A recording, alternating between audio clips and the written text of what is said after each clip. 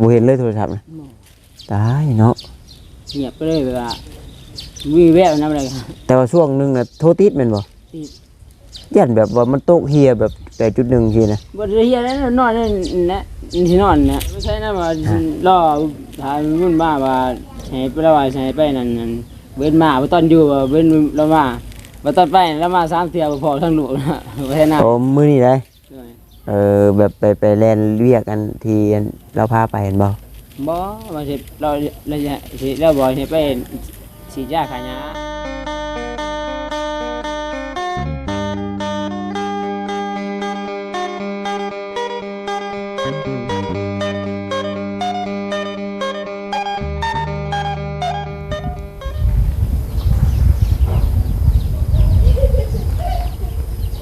โอเค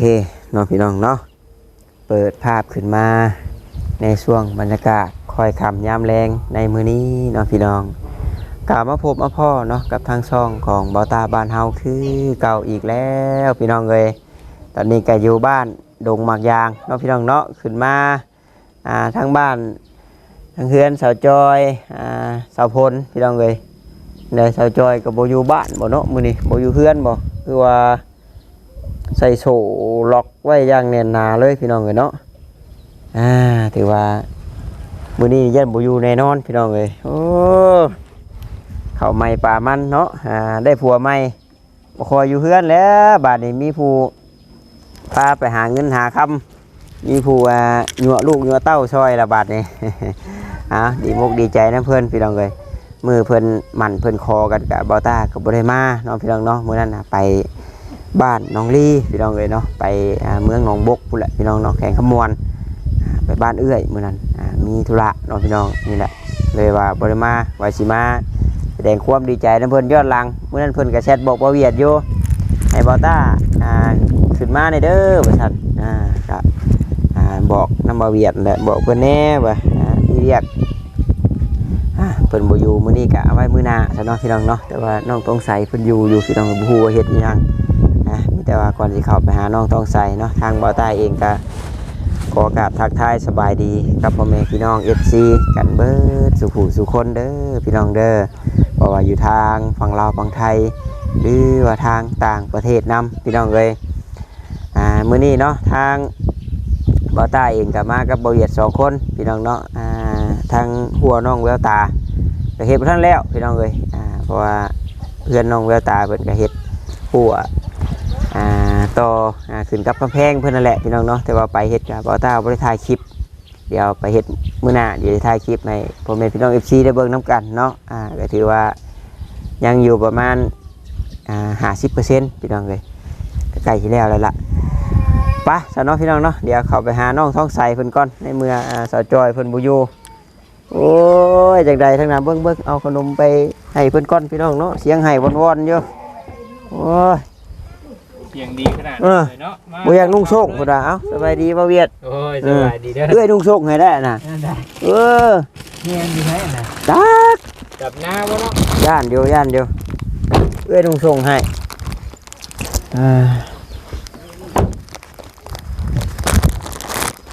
ผู้ได้ให้บ่ให้กินขนมเด้อเสียงดีแท้เนาะ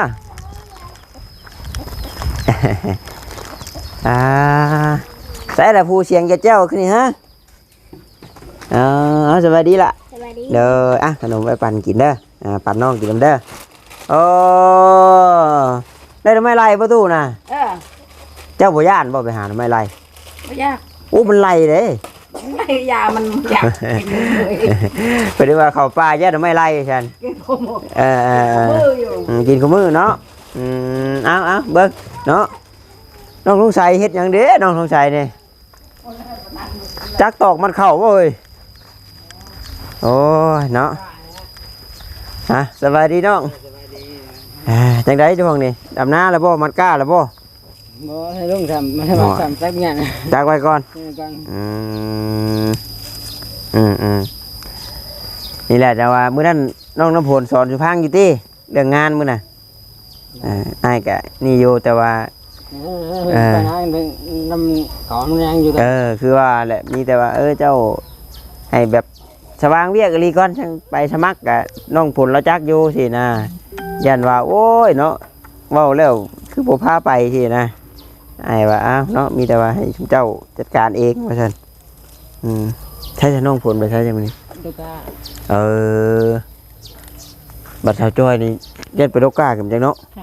กัน ดู กันเราจะ เนาะใส่ล็อกแบบแน่นหนาดูพากันไปทั้งอื่นทั้งไกลบ่คือใช้โชว์คักเลยก่อนนี่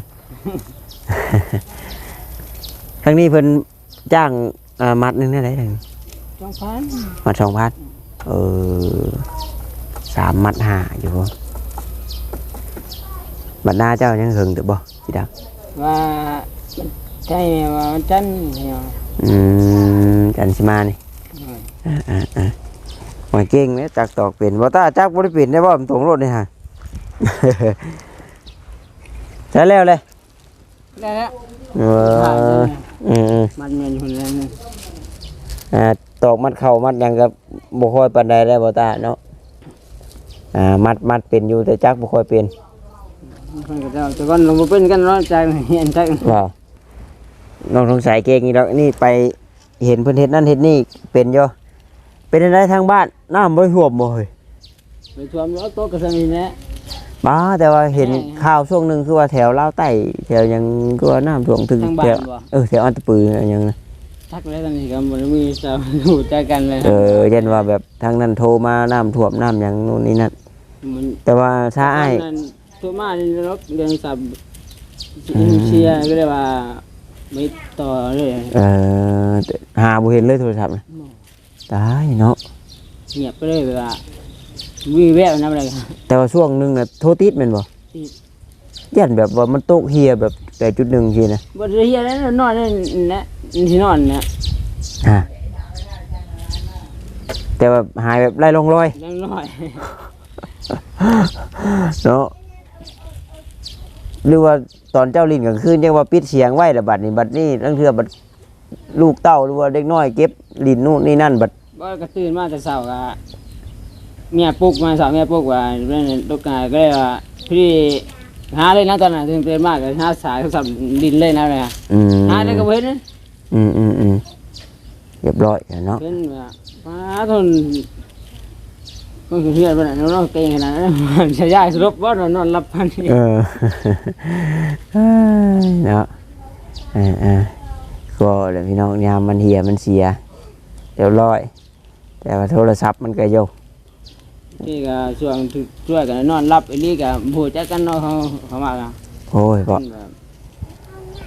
อย่ามันมีเงินมีคำชื่อไม่เนาะยังไงเจ้าพ่อไปโลกาบ่เจ้าแล้ว บ่ตอนนี้บ่ได้ใช้นะว่าล่อถามรุ่นมาว่าให้ไปแล้วว่าให้ไปนั่นเว้นมาบ่ตอนอยู่ว่าเว้นแล้วมาบ่ตอนไปแล้วมา3เที่ยวบ่พอทั้งลูกนะบ่ให้นะ โอ้มื้อนี้ได้แบบไปแล่นเวียกกันที่เราพาไปเห็นบ่ บ่ว่าสิเราสิแล้วบ่ให้ไปฉีดยาขายา โอ้ฉีดยาขายาอยู่นะแล้วโอ้แบบ เสียไปเราถามอันนี้เป็นมาสิ ว่าแล้วก็เจ้าเอาถังนึงได้ใด นะ เจ้าเอาถังนึงได้ใดฉีดยาขายานะ จังสิให้แล้ว ฮะ บ่จักแล้วกันนี่เป็นเด้อ ยันว่าแบบเจ้าอันหับฉีดแบบประจำคือน้องไล่นี่น้องไล่ผัวน้องแต่นี่เพิ่นว่าเป็นถังเอาได้นะแล้วก็ว่าเป็นไล่แล้วแบบเฮาผู้จ้างก็แบบสบายใจนะแบบ มันก็ต้องเบิ่งก่อนแล้วบ่ไรเท่าไร แบบกล้าเอาเนาะเพราะว่าแบบเพิ่นไปเบิ่งปุ๊บบางคนก็สิเว้านะว่ากว้างหอมซำนี้พี่น้องเนาะ นี่ก็มันสิรับแบบว่าฉีดยาเด้ว่าถ้าทางมันหาก็เดี๋ยวไปสิแล้ว ต่างเพิ่นหา ตัวถ้ารับจ่ายฉีดยาก็ว่าก็ไล่คนเนาะก็บ่เสีย น้องไล่เว้าคือว่าไล่หนึง40,000ว่าซั่นแต่ว่าซ้ำซีดเป็นตุกนะตุก50แถวบ้านอ้ายนะแต่ตุก20ลิตรเท่านี้แหล้วว่าเห็นตุกเขาเจ้าอองนะ ก็ตุกโถอะไรก็ให้นึงนี่ก็เบิดเท่าไรเนี่ยบางคนก็ถ่ายกล้องก็ซีแล้วมันเดียวกับน้ำเบิดได้คัน เดี๋ยวขอเอาไปตุกเนาะหมายแต่ว่า เสียงไหนประตูเสียงนะประตูเนี่ย เอ้าดิน้องสงสัยโทรศัพท์ น้อยรุ่นนี้ ฮะ รุ่นแต่มีแต่พาโกบซื้อเนาะเลย อันนี้ได้บ่ไหวตกใจเบิดสิดอกเนาะคือแท้มีพากลัวไปซื้อดิ เก็บไม้ใส่ ว่าแต่ว่าฉีดยานี่บางคนเขาเจ้าก็เว้ากันไว้เด้ถ้าว่าเจ้าฉีดเกินไปเข้าเขาเจ้าตายเขาเจ้าก็ว่าได้เอาผู้ดีพองามเนาะ น้ำแต่นี่ทางมันหาสิแล้ว อืม ไป อันนี้ก็พังเบิ่ง เคยฉีดอยู่ได้มาแต่ก่อนฉีด ว่าสิฉีดอยู่พี่น้องเอ้ยแต่ว่ามันบ่มีน้ำก็ฉีดได้บ่จากประสบการณ์ที่เจ้าเคยไป โอ้กำลังเป็นเนี่ยนะมีน้ำจักเลย เออ เคยสิมันแห้งยังไงว่า โตแต่ว่ามันแห้ง ถ้ามัน ได้ น้ำก็สิได้อยู่มั้งแต่ผมตกใส่ เออแต่ว่าเขาเจ้าว่าบางคนกับโบหญ้าน่ะสิบ่ตายแต่ว่ามันสิคุมอยู่หั่นแบบว่ามันสิเฮ็ดบ่ให้หญ้าใหญ่อย่างนี้นะ ก็มันว่า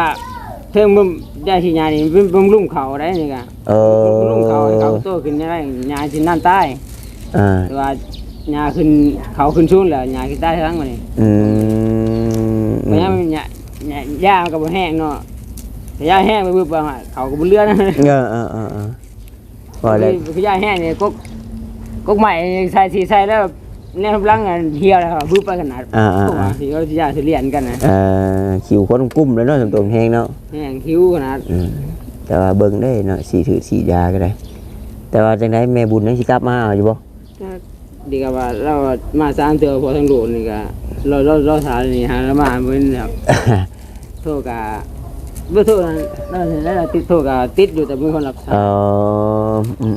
โทษจากสาย บัดคือว่าเห็นคือห้อยคล้ายๆคือห้อยรถเบาจิตเข้ามาแม่นบ่มื้อ แม่น เราเมื่อโดนแบบแล้ว รุ่นเตือนแล้ว เราก็มาหาเจ้านี่บ่ ก็มาเจ้าแล้วก็ว่าพี่มึงกันก็มาทางนี้เขา ถ้าเจ้าบ่อยู่ก็ไปแต่เช้าพูดเบิ่ง ลูกก็จักนั้นลูกก็มาเพิ่นนี่จะมานัวตนากันก็สิได้ได้สิได้คุยกันสิถามเป็นได้ว่าจะได้เพิ่นนั่นบ่ว่าเนาะนี่ใครได้ฮู้จักเนาะ อันนี้ไปเรามาจอบบ่เห็นเนาะ ฟังเบิ่งแต่ว่าอันนี้เราก็กลับมาใหม่แต่ว่าห่วยแต่ว่ามันค่ำเลยได้นี่มันยามนี่แต่เว้นมันนานตกซื่อเบิ่งตอนนี้ก็หัว3 โมงเข้า4 โมงแล้ว จนล่อจนนั้นเครื่องข้างผู้เฒ่าในนั้นนี่ก็แต่ก่อนนั้นคือยังฝนบ่ตกตอนนั้นบัดนี้ฝนบ่ตกบัดนี้เราก็สิเล่นไงไทยนะฮู้จักนี่ แต่ว่ากล้ายาวเลยเจ้าก็เนาะ เนี่ย พยายามแล้วอ้ายก็หากลังขึ้นให้หน้ามาแล้วก็เอารถไปเปลี่ยนลีนแล้วก็มานี่ได้บ่ได้มือยังเขาขี้เมียงอยู่เนาะยังบ่แล้วบ่ตายอะไรยังเขาเฒ่าพ่อเฒ่าแม่นั่นก็เฮ็ดเวียกก็เบิ่นก็บ่ค่อยเต็มที่ปานใดแหละเพิ่นก็เฒ่าแล้วโรคก็มันลุมเล่าได้เฒ่า60 50ขึ้นไปจะเริ่มบ่ได้คนเนาะคู่มือนี่รักหาเลยจากอื่นๆเลยใช่ว่ารถกับเครื่องจักรอยากรวมเลยได้ นี่ล่อหายันหาละมา3เทื่อก็พอยันว่าไปได้ว่าคือยันว่ายังนะ หน่อยว่ายามมีเวียกบ่อยู่เนาะแล้วเนาะ ยังเบียหากับเพิ่นว่า นี่แหละข้อเสียของเฮามีโทรศัพท์มีโทรศัพท์ฮัลโหลอยู่เด้อ ก็เลยเราถามมันนี่แต่ว่ามาตอนแรกบึ้บมาแล้วมันนี่แรกบึ้บมาแล้วนี่เอา30,000แล้วมี4แล้ว3มามันนี่ยังว่า ถ่ากันคล้องกันอยู่เนาะห่วยบ่คือแบบยกชายใส่กันคือพ่อตาว่าแล้วพี่น้องเอ้ย เอาป่านมาได้ก็พอตอนได้ก็พอดูกันไปก็เกลียดแน่เนาะไม่ว่าไป ห่วยกายเติบจะได้เนาะมาก็ได้ ได้ตื่นเนี่ย แต่ว่าจังคือไปเจ้าขี่จักรไปเรือ จักกันนะ แบบ จั นั้ ก น ข้างเลยทำไมจักเขาหน้าเขาบ้าน มันก็ ที่นู่นก็ ถามว่าไกลบ่มันก็ว่าไกลก็คือบ่ไกลพี่น้องว่าใกล้คือบ่ใกล้ เคยมา 4 โมงประมาณห่วย30 40ลักพุ่นจังแหละ แต่ถ้าไปเนี่ยสิใกล้แต่ถ้ามาสิบ่ใกล้มันได้ ลื่นแล้วเนาะลื่นทางไป มาก็ฮอดไว้ได้ขมานี่ ลื่นทางไปทางมาแล้วก็บ่ปานใดดอกพี่น้องเอ้ยอันนี้ก็ว่าสิคือเลาะขึ้นทางเอื้อนชาวต้าแน่น้องบุญทวีแน่แถมสิบ่ค่ำพี่น้องเอ้ยแต่ว่าห่วยยามนี่ตะเว้นนี่ชูงซื่อๆเด้แต่ว่าโมงนี่จะค่ำแล้วก่อน แต่ว่า เห็นลงแล้วแบบใบขนาดตบๆเลย เอาไว้ตกไวน้องไม้ไล่ก็เริ่มออกแล้วเนาะสงสัยเนาะเห็นนะมีตู้แล้วปอกอยู่ จึงได้หามา ปลามันกว้างบ่เลยปลาน้องไม้ไล่กว้างอยู่บ่ ยังอยู่เรากบกวนไล่มาได้ทันหน้าให้ก็มี น้ำแถวนี้บ่ มีเบิดเลย ยามนี่ห่วยพอได้อยู่ได้กินหน่อไม้แหละพี่น้องเอ้ยใช่จะผักบัวบ่แม่นเปื่อยเบิดแล้วบ่ผักบัวยังอยู่บ่ฮะ บ้านพอดี ปลูกยังอยู่ดิแต่ว่าห่วยถ้าลำเฮือนน่ะเหลืองสลบเบิดได้น้องผักบัวน่ะยามผลบ่ค่อยเป็นต้องมงหลังให้มันยามผล ต้องเห็นห่านว่าเลย แม่นมันพอแรกกับผักบัวนี่เพิ่นบ่ค่อยแบบว่าถือกับหน้าผลปานใดผักบัวผักหอม แล้วเอาลุนพูดใส่พูดใส่นั่นพุ่นเอาเนี่ยเนาะ หน้าผลนี่อยากเปื่อยเพิ่นนี่บ่อยากโอเคบัดคือสาวผลเพิ่นมาคำแท้บ่แต่ละมื้อ ก็คำนะทำทีนั่นมาลูกว่าคือจะแต่เมาก็เมาเนาะในการลูกก็ว่ามัด2,000เนาะ ถ้าอยู่เฮาโลกาเฮาอยากนั่งก็นั่งเฮาเมื่อยเฮาอยากพักผ่อนก็พักแต่คือดำเป็นวันนี่ก็มันก็ตามโมงตามยามแน่ทีนะเฮานั่งลายก็ห้อยญาติเพิ่นว่าแหละคนอื่นเนี่ยไม่ได้นางจะนางคนเดียว บ่ได้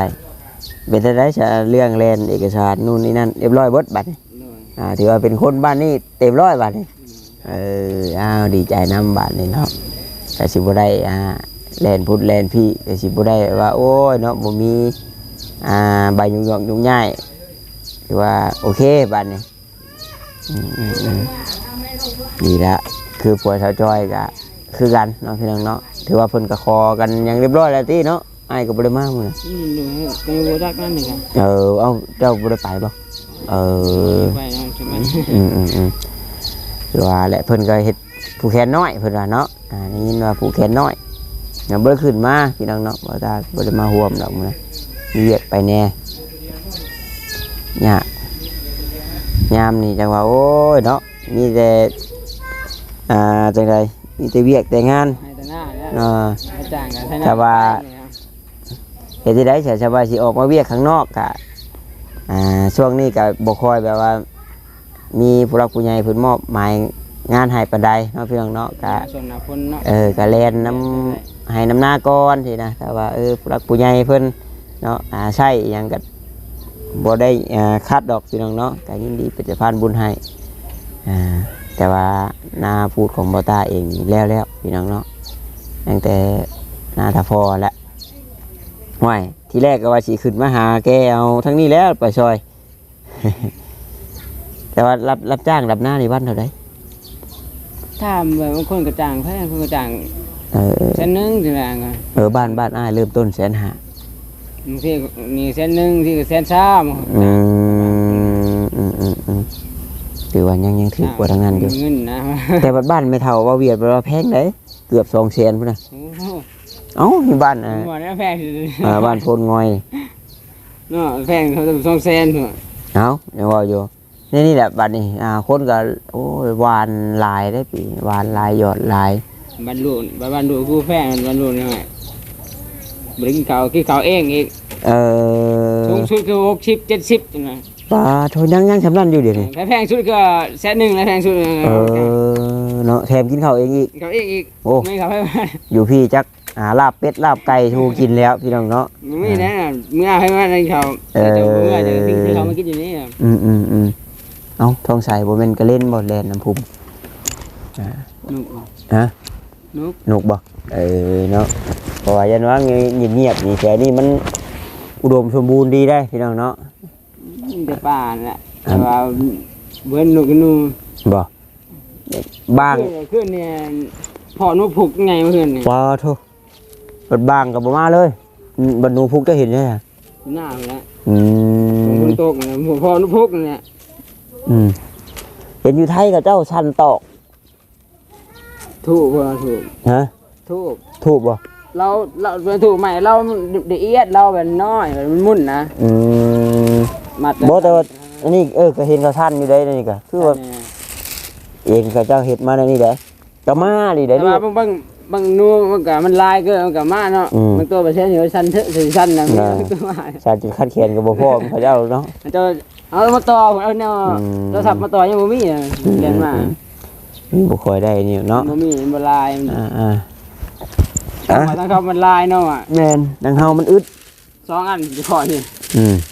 ขอลงไปเนาะดังเฮาเนาะ มาแต่มันค่ำแล้วพี่น้องเอ้ยเนาะยันเพื่อไปทางอื่นอีกยันมันนี่แล้วก็คือสิได้กลับออกไปก่อนใช่บ่จิตก็กลับออกแล้วเนาะทางแม่บุญมาจอบกับบ่พ่อกลับออกแล้วสาวจอยกับบ่อยู่พี่น้องเนาะใส่สูไว้แต่มอมอยู่อิ่มดอกอิ่มร้อยบ่ได้ซื้อมาท้องสงสัยเนาะพอได้ซื้อกาแฟกินพี่น้องเบิ่งก่อนใส่ละคือว่าเป็นทอนเนาะโดยขอบใจเนาะไปโอเคสบายดีท้องใจ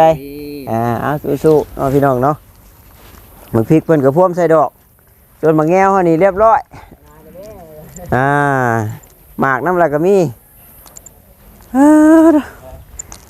โอเคท่านพี่น้องเอ้ยจังใดก็ไว้พบไว้พ่อกับบ่าวตาในคลิปต่อไปเด้อพี่น้องเด้อเนาะว่าเว้าผิดพลาดประการใดก็ขอโทษขออภัยน้ำหลายๆเนาะพี่น้องเนาะถ้าคลิปนี้ก็ขอกล่าวคำว่าสบายดีพี่น้องบ๊ายบาย